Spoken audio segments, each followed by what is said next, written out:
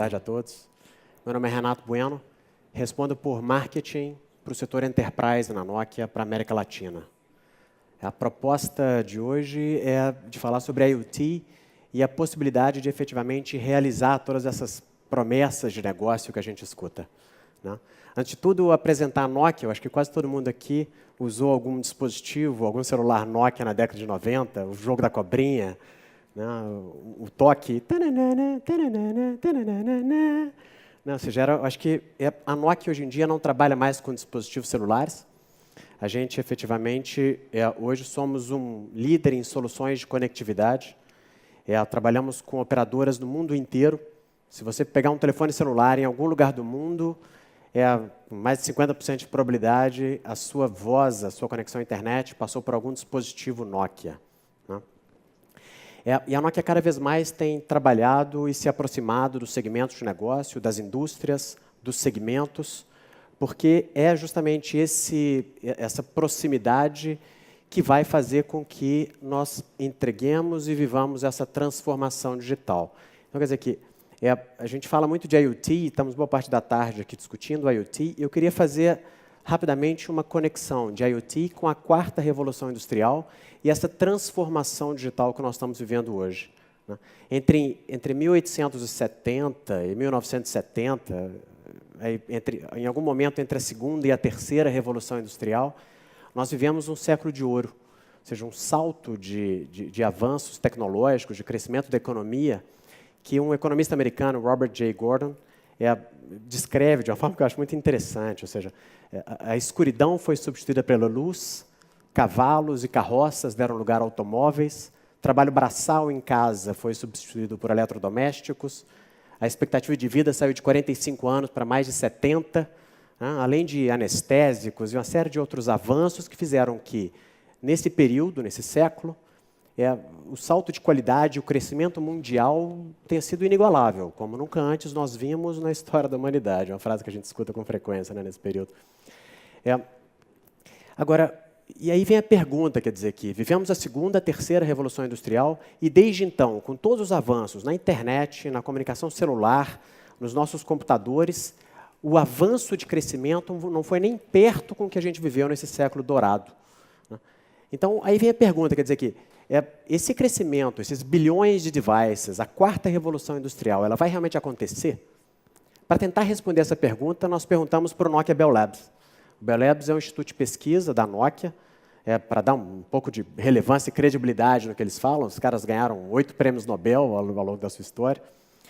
E eles olharam para esse período e tentaram identificar, ou seja, o que aconteceu nesse século dourado, para a gente tentar, de alguma forma, entender se, nos próximos anos, nós vamos viver novamente um período de crescimento, de pujança, de evolução econômica, tecnológica, de qualidade de vida que vivemos naquele período. Eles analisaram e chegaram à conclusão que foram 4 os principais fatores, tá? O primeiro deles é energia. Nesse século passado, viu-se uma série de transformações, ou seja, tanto quanto o surgimento de fusão da energia elétrica, tanto para começar. E hoje nós vemos avanços como smart grid, energia solar, que potencialmente juntos vão fazer com que o uso da energia seja mais eficiente e que essa geração conjunta, né, e colaborativa permita o crescimento e a sustentação que a gente precisa para poder entregar a quarta revolução industrial. O segundo ponto é transporte. Então, eu até citei, né, cavalos para automóveis, né, carroças, carros de boi para carros e caminhões.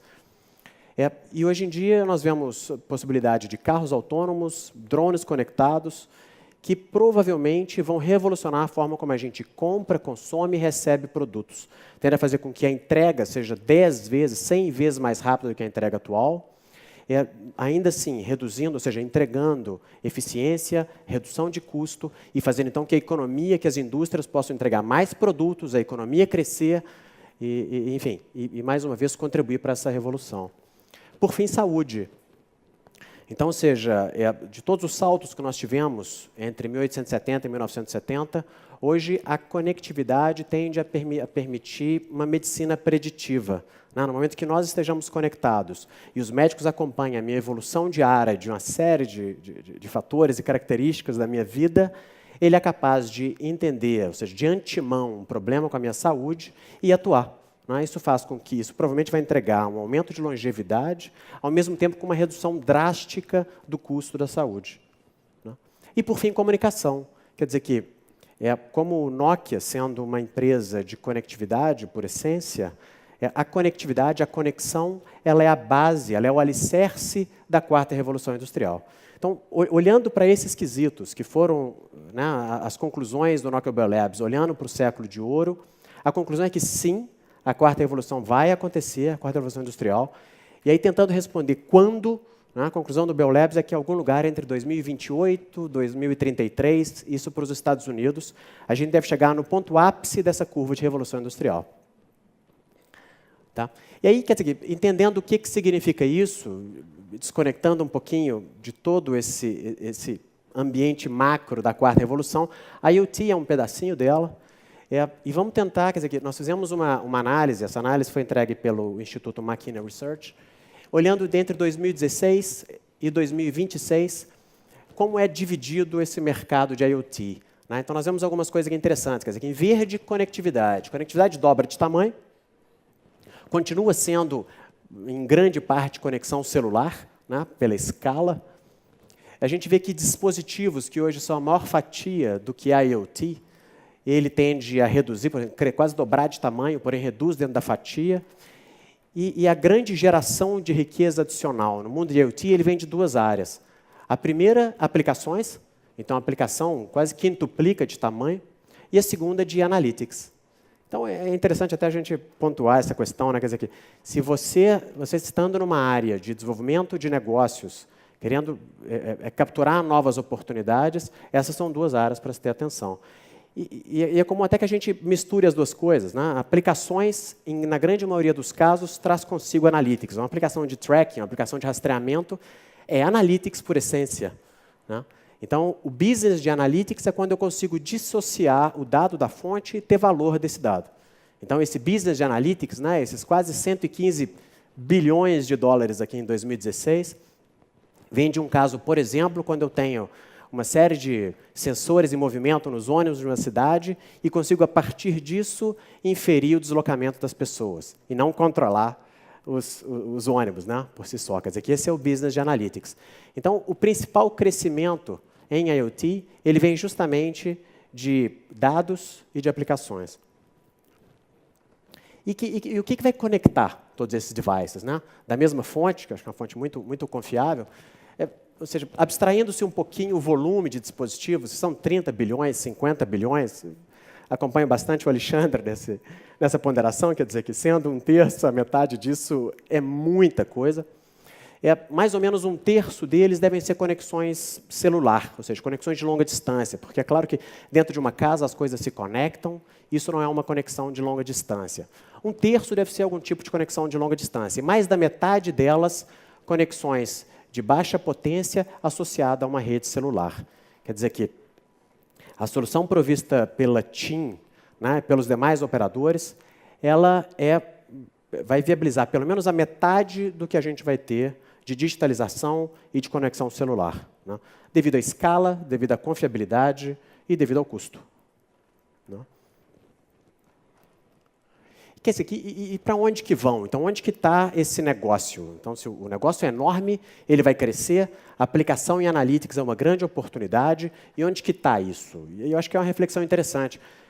Com muita frequência, a gente se perde em análises tecnológicas de conceito. Ou seja, a IoT por si só é uma palavra genérica que significa muita coisa e, ao mesmo tempo, nada. Né? É preciso que se olhe as direções e a necessidade de negócio específica de cada setor. Então, ou seja, o que a segurança pública precisa para ser mais eficiente e entregar um serviço melhor? A mesma reflexão para a agricultura, né? Que é citada aqui algumas vezes com muita razão. No setor de manufatura e indústrias, monitoramento de água, gás, eletricidade. Né, só para você ter uma ideia, no setor de água, né, quase 50% da distribuição de água é perdida, é desperdício no Brasil. Né? Onde que está esse desperdício?